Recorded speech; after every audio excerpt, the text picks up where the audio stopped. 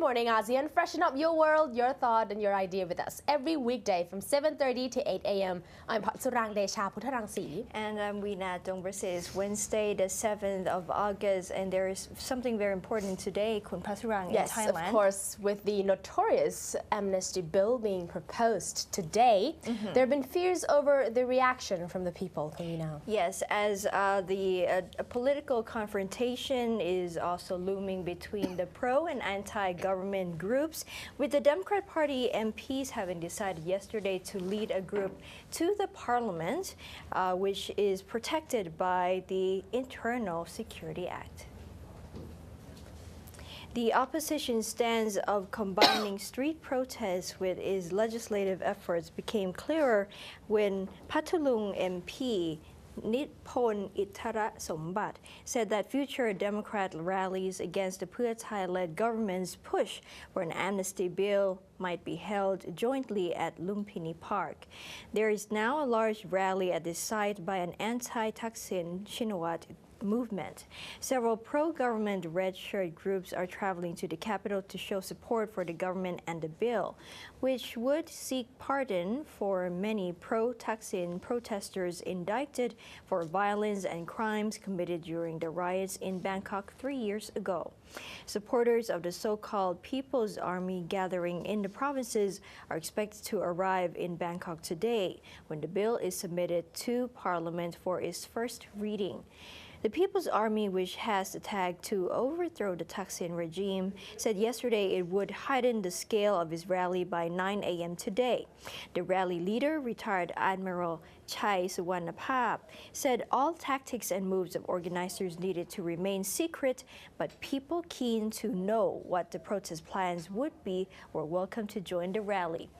Police spokesman Major General Piya Utayo said there would be no further estimates on the number of anti-government protesters today, but he said an intelligence report noted that both sides were gathering a mass of supporters. An extra deployment would be made available, some 6 more units in total to cope with the increasing number of people in each group, he said.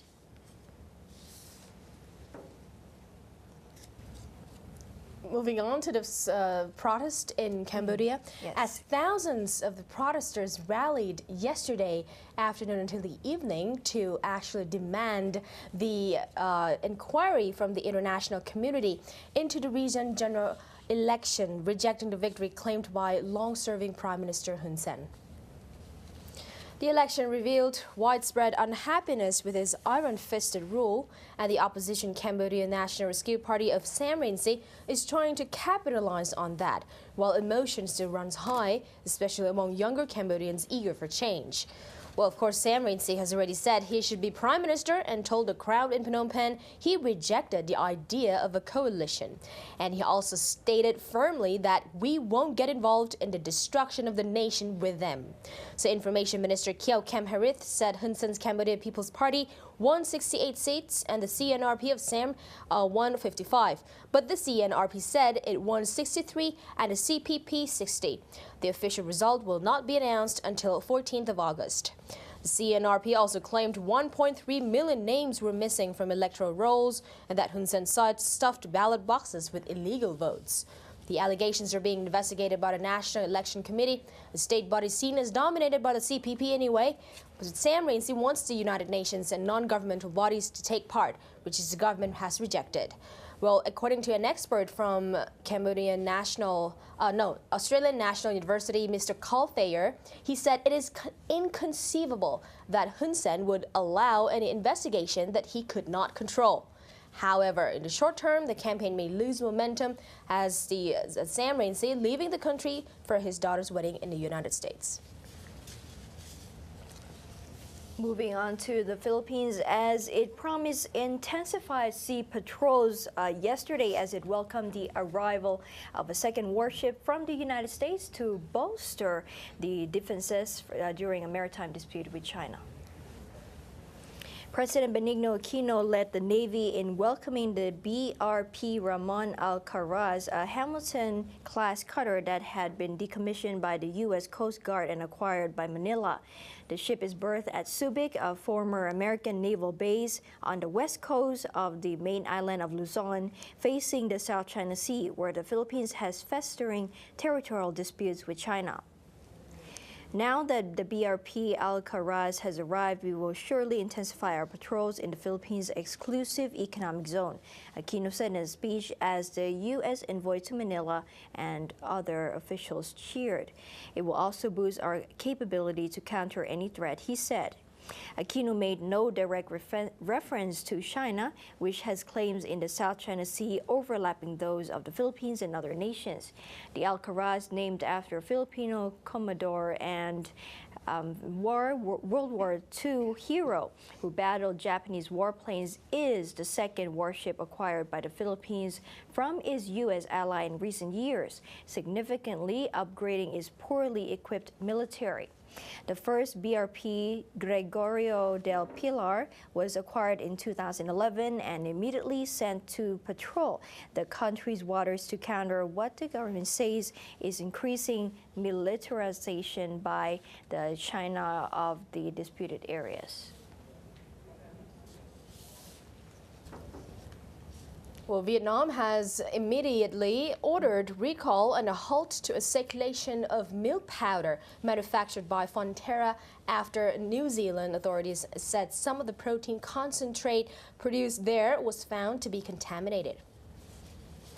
Abbott Laboratories office in Vietnam, the owner of the milk powder manufactured by FONTERRA in New Zealand, is conducting the recall and will report the result by August 9th. So the Health Ministry run Vietnam Foodstuff Safety Department said in a statement. So a spokesperson for Abbott Vietnam announced that so far nearly 140,000 products, or 90% of the contaminated milk powder distributed in the Vietnamese market, had been recalled. So a hotline and door-to-door exchange service has also been put in place as Abbott attempts to recall the rest of the products that have been already bought. Well, in Hanoi, shops have stopped selling FONTERRA milk powder. And one of the shop owners, Bui Thi Tung Hong, said she has only sold a few of the cans from this lot, maybe 1 or 2 cans. And after receiving a warning from the company, she sealed off the inventory and waited for the company to come and recall the product. So customers were able to exchange their FONTERRA products for other items. And actually, Vietnamese state media reported that Dumex, another imported milk powder product, was also being recalled on suspicions of contamination. FONTERRA has also come under fire from the New Zealand government, farmers and financial regulators for its handling of the food contamination scare that has spooked parents from China to Saudi Arabia. And New Zealand's Financial Markets Authority said it was concerned about how long it took FONTERRA to disclose the contamination issue. The company said it confirmed on July 31st that this was caused by a dirty pipe at one of its New Zealand plants, before issuing a media statement early on Saturday, 3 days later, and an announcement to inventors on Monday. There have been no reports of illness resulting from the affected products just yet. Let's see some of the reports from Brunei Times. This time it's about the Brunei Times visiting the Boeing Assembly Center in Seattle with Royal Brunei Airlines. So we're here in Seattle today to actually be in there and see the aircraft in the making. No seats yet, the floor is still being put together, the engine is still being put together. It's just unbelievable. The media group that's been here, yesterday we had a really good briefing on what the 787 has to offer in terms of passenger experience. It's the ultra-modern aircraft, the new facilities of the aircraft, and basically what RB, Royal Brunei Airlines, is gonna get at the end of September, early October when it comes. And right now, we actually had the opportunity to come into the actual mock-up, not the actual mock-up of the of RB's 787, but you get the gist of how it's going to be. We went to the Boeing Everett yesterday, so what we saw there was the actual 787 in the making. It's There were 2 aircraft in the making, so there are 2 in 2 different phases. And it was such a surreal moment for any Bruneian, really, because we're going to be the first airline in Southeast Asia to operate and to actually fly the 787 Dreamliner, and it is the ultra-modern aircraft at the moment. The exit visas in Laos is no longer required by officials. Find out more after the break.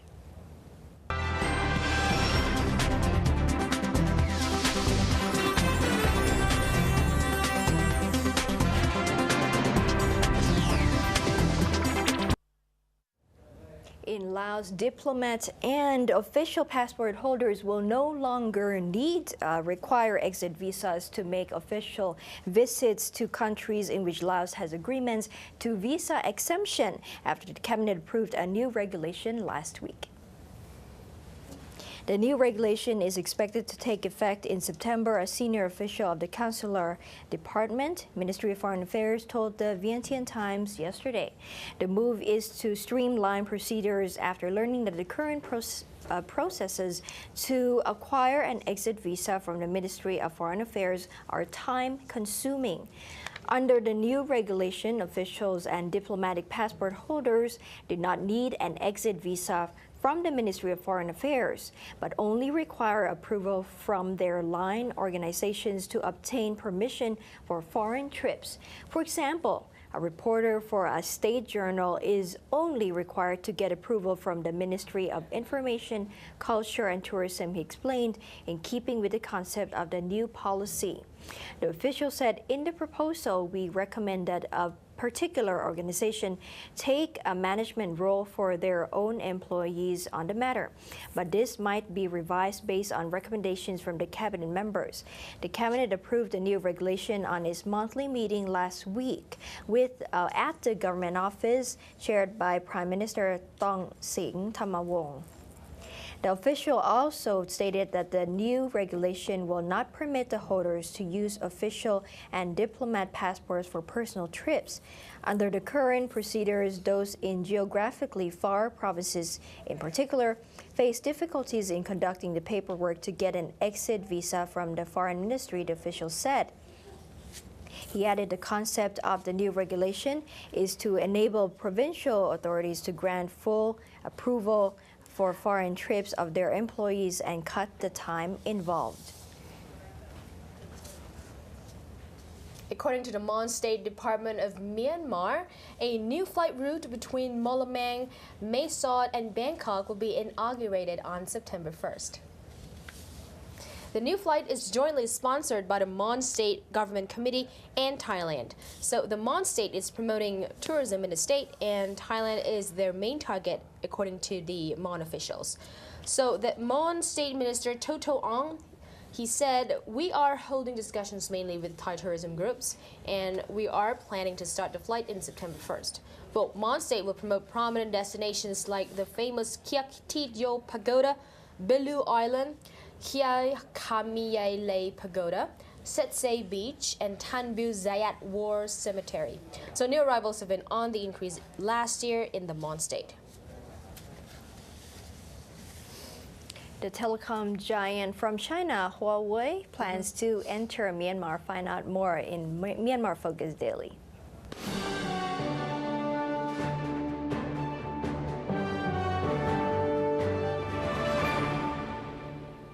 Now, the emerging market, Myanmar.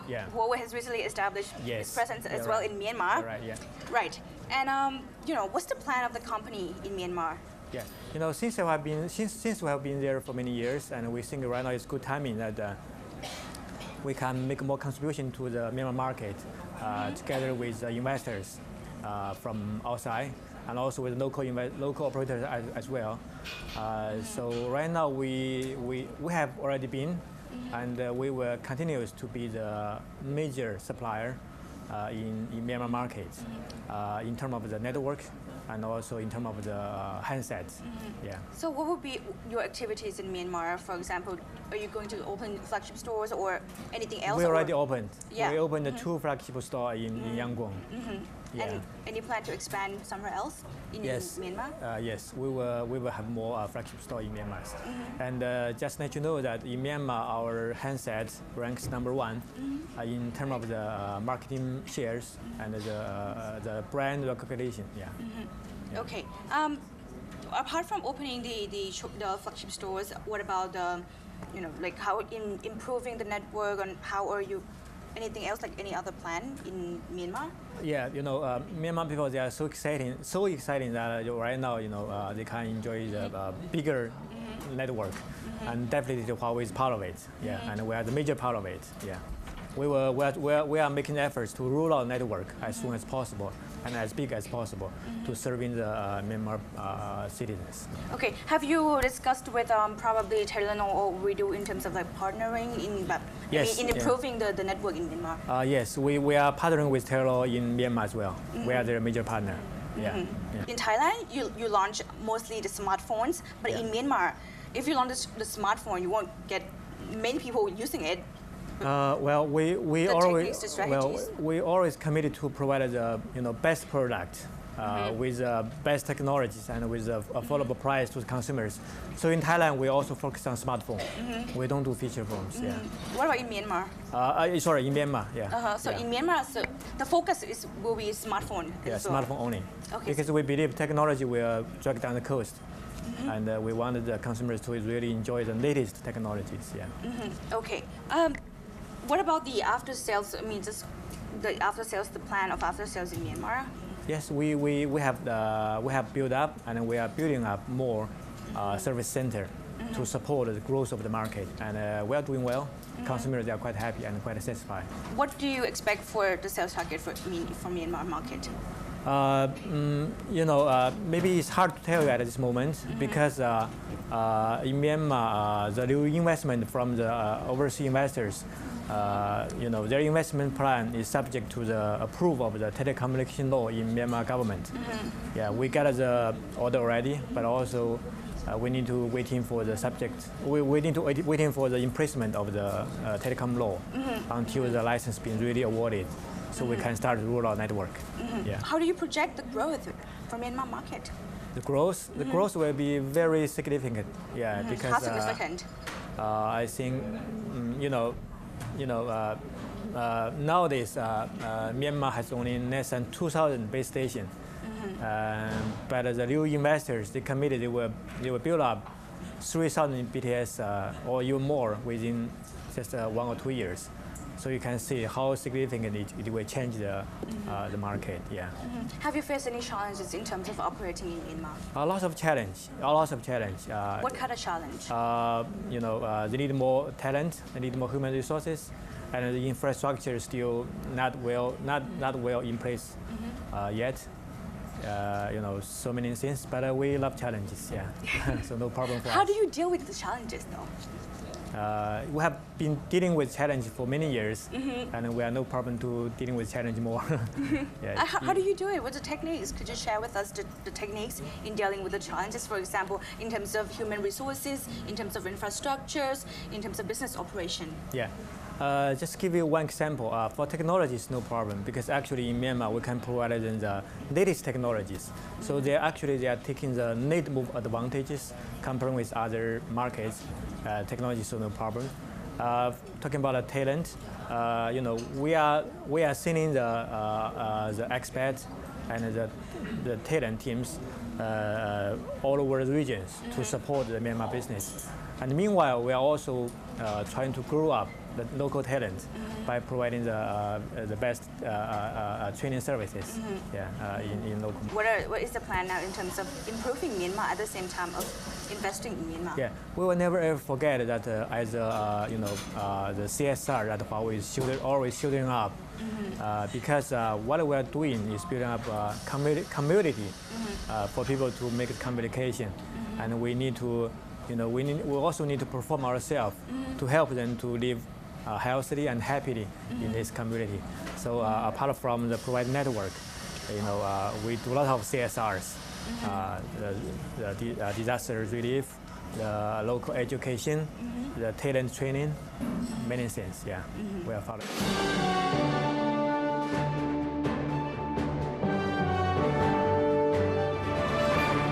That's it for today's Good Morning ASEAN. See you again, same time, same place, same channel. Thank you so much for watching. I'm Reena Tongprasit. อนันต์พัชสุรางเดชาพุทธรังสีสวัสดีค่ะ สวัสดีค่ะ